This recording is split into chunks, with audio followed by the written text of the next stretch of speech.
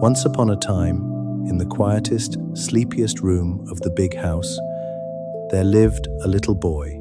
His name was embroidered right there on his pocket, Little Steward.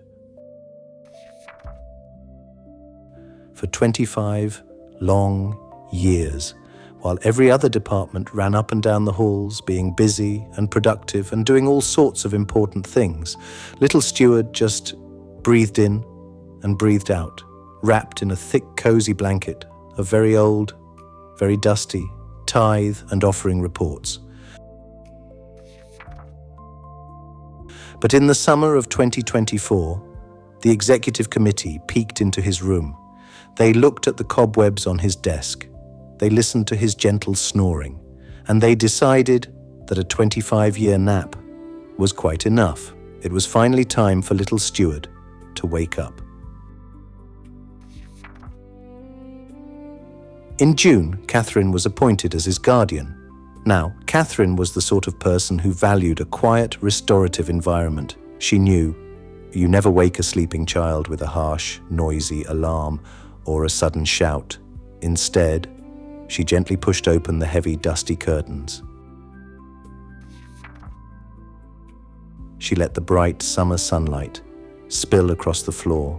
She let in the sweet, calming sound of morning bird song, and she smoothed down his hair. "Time to rise and shine," she whispered. "We have a very big world to see and a lot of beautiful work to do." Catherine knew Little Steward shouldn't face the day alone, so she gathered a brilliant group of friends: Alex, Adam, Wedderly, Crystal, Audrey, Jimmy, and David. Together, they were officially called the BUC Stewardship Working Group, but everyone just called them Stew.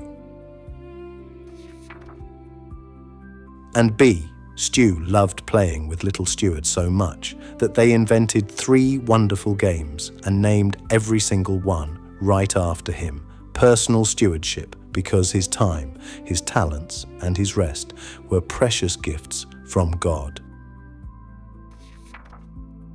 Missional Stewardship, a grand, adventurous game where they learned to share everything they had, sending their helping hands right to the front lines of the playground so that everyone could hear the good news of Jesus, and organizational stewardship, cleaning up the dusty room and making sure all the gears of the house ran happily and smoothly.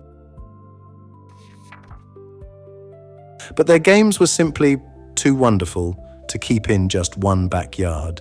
With the help of Aniel Barb, a wise friend from the Global Clubhouse, they climbed into a magnificent hot air balloon and they lifted off, floating over the whole wide world, tossing joyful ideas down to children in every country.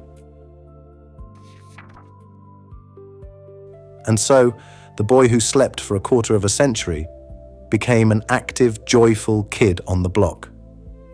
Stu's work is far from over.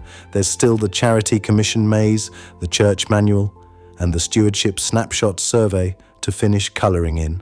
But thanks to faithful friends and the guidance of God, Little Steward is ready for whatever comes next. Each of you should use whatever gift you have received to serve others as faithful stewards of God's grace. 1 Peter 4:10. The end. Now, hop to it. There's work to do. This story was written by Catherine Boldeau, the BUC Stewardship Director. Little Steward is finally awake. Now, sleep well.